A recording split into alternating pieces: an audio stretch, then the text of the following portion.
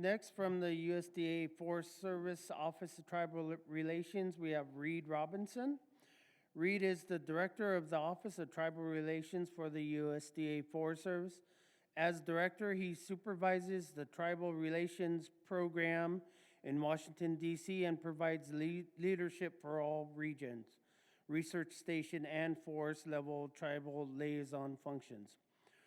Robinson is a member of the Rosebud Sioux tribe, the Sichangu Lakota Oye. His core values are based upon the sacred hoop, the Kongleske Wakan of the Lakota Oye. Robinson's leadership journey includes 30 years with the National Park Service at 9 separate unique park units with duties ranging from journey level historic building preservationist, building preservation project manager, park facility manager, national park superintendent, and regional tribal program manager. Robinson lived in 7 countries from age 2 to 19, where his father served as a United States diplomat. These combined experiences and factors have influenced Robinson's worldview and his personal and professional philosophy of diplomacy, respect, humility, wisdom, and courage. Reed?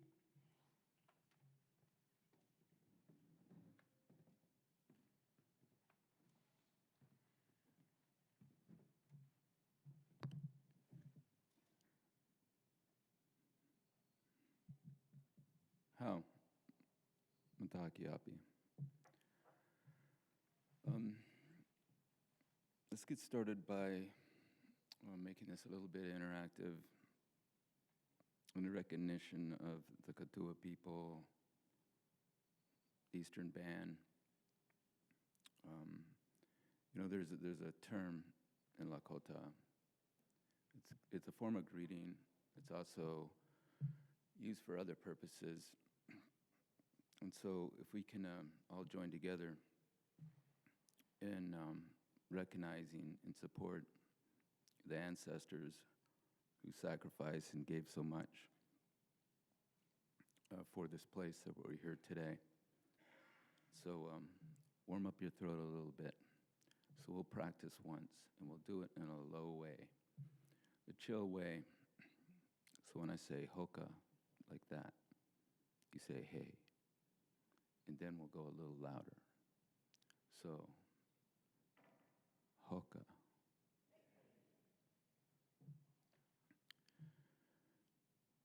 I said, hoka! Strong hearts to the front. Wopila, pilame.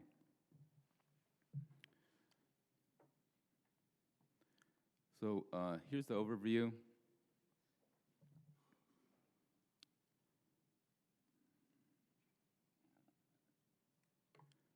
So also tribal relations, this is our organizational chart.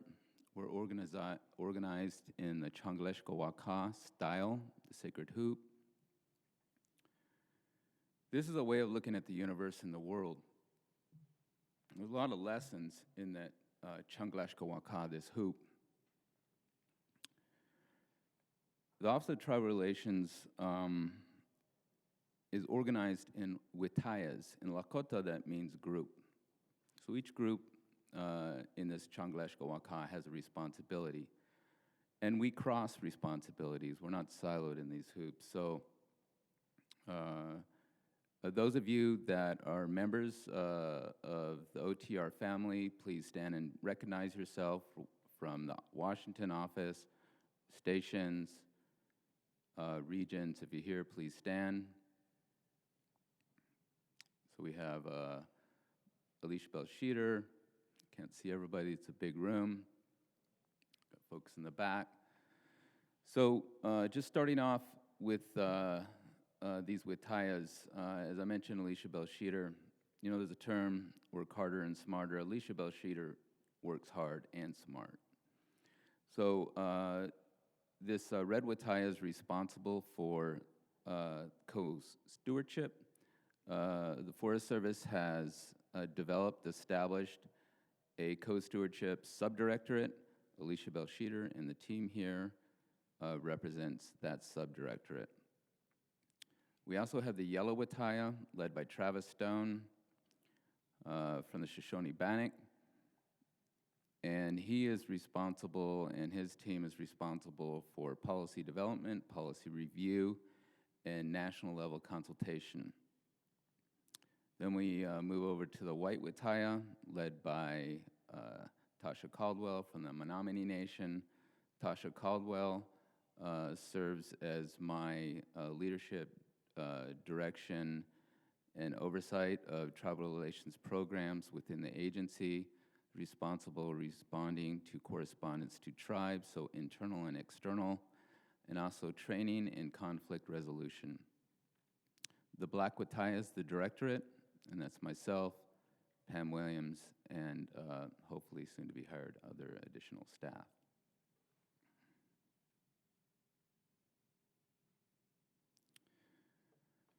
The mission of the Office of Tribal Relations is to respect and strengthen and support tribal sovereignty.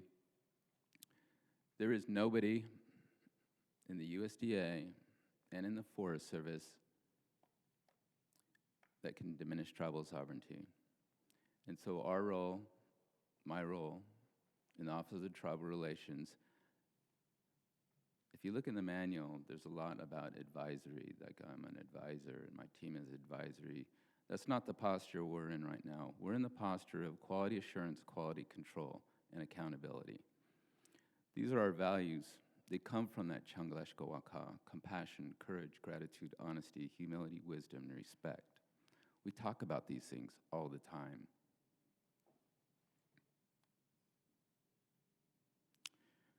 How many of you have heard about the Forest Service Tribal Action Plan? It's good. It's electronic. Please download it. This is the posture of the Forest Service. And the purpose of the Tribal Action Plan is not unique. The reason why we have this plan, 3 reasons. The agency developed, with your help, some of the most consequential and significant policy for tribal relations and tribal consultation 2016 and had not executed as of 2020. Sitting there gathering dust, when I came into the office, we've been expanding and flexing on these authorities throughout Indian country in all directions. The next reason is there's been a significant amount of direction, orders, and policy from the administration. And the third reason is a significant funding from the 2 statutes, the bill and the IRA. And so how does an agency walk and chew gum? How does the agency implement a policy that has not been implemented in all this direction and the statutes? It's through the Tribal Action Plan. The Tribal Action Plan, as I presented last year, is separated, of course, naturally, in 4 focus areas.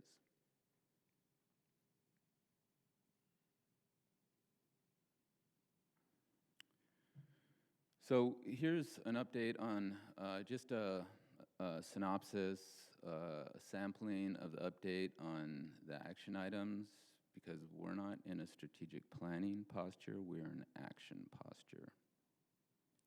We've hired a tribal communication specialist, Brandy L. Teton. Those of you that are familiar with Sacagawea Golden Dollar Coin and the new Snyder Act's American Indian Citizenship Act coin, she is the model, the only living model on U.S. currency. We're updating our handbook and manual.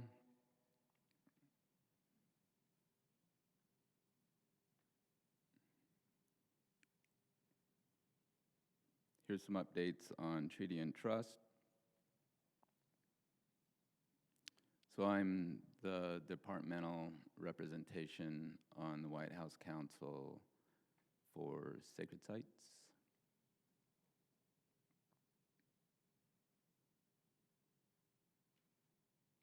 I'll go back to this. You'll see this Indigenous knowledge section. So you need to know that there had not been research stations liaisons, program managers, up until a couple years ago. So now we have liaisons, GS13 program managers in each one of our research stations, and then we have a national program lead, the only travel relations program manager outside of OTR in the Washington office, Dr. Sarah Hoagland. So you heard Deputy Undersecretary Romero Harrell talk about the 120 co-stewardship agreements we implemented last year.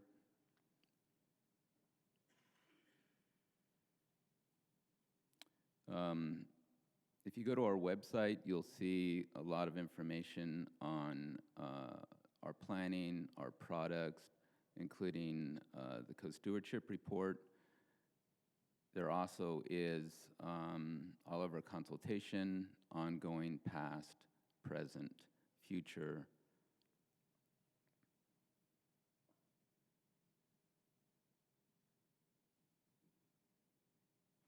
So this change of name from state and private forestry to state and private and tribal forestry, this has caused a significant amount of interest within the agency, and I will say there is meaning behind that. And the deputy chief is rapidly growing into that role. The deputy chief is John Crockett. He's the individual that's going to be signing the new handbook and manual. This is an opportunity for funding. Go ahead and take a picture of that.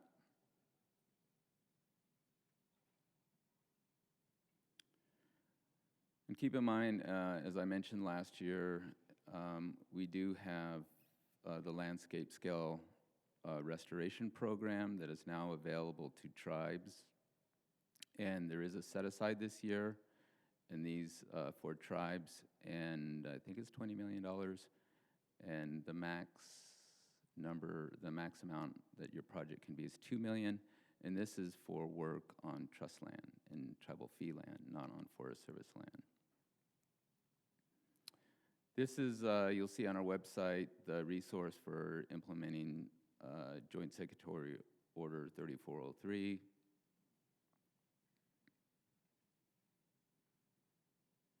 Here is our ongoing tribal consultation calendar.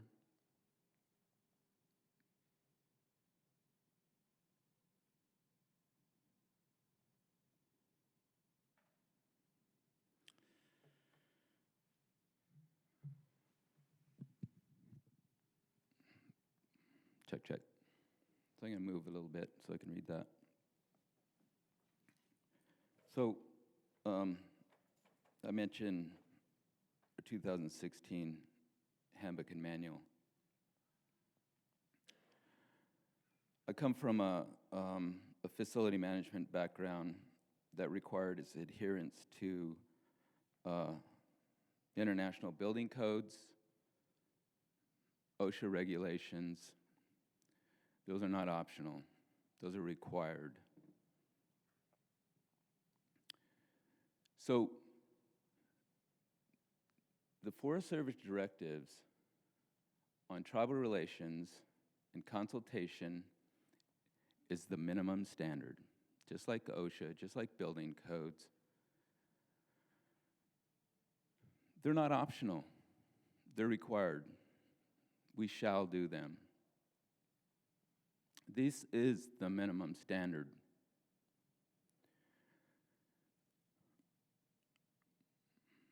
This is the least we can do. So if we're not doing this, we're not even doing the least we can do. This is the minimum standard.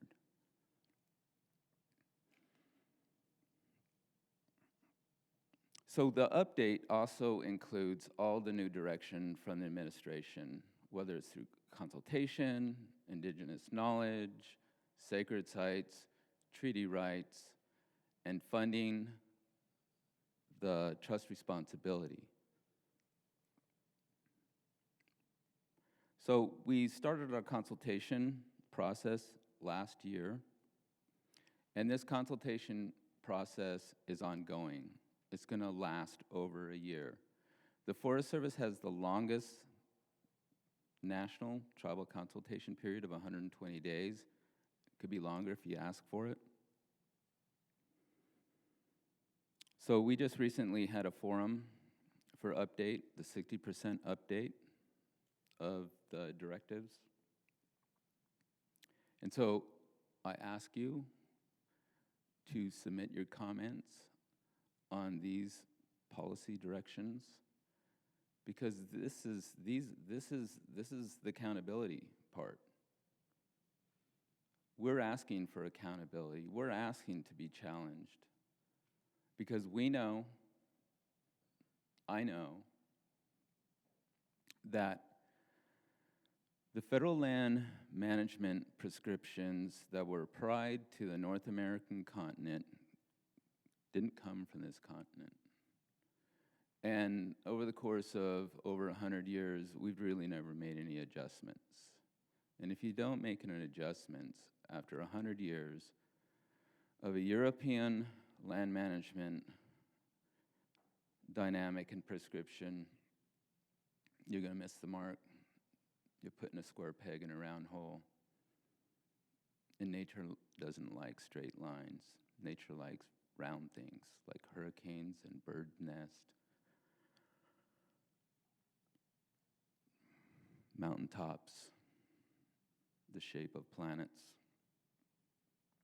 those hoops.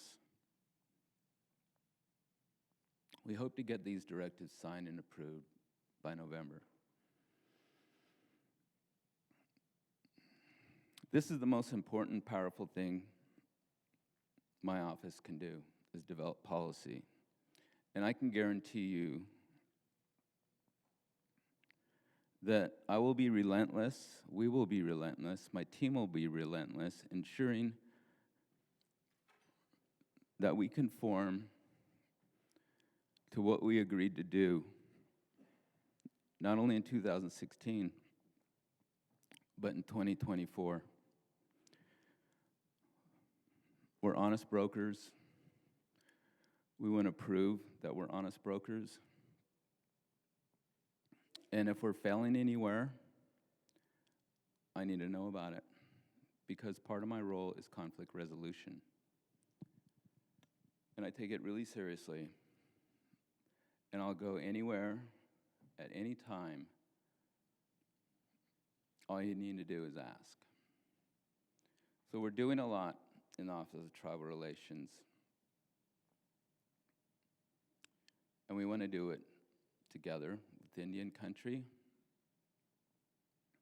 And so please, if you got any comments to the handbook and manual, submit them. They'll be taken seriously. Thank you for your attention today. Pila mae. Wopila.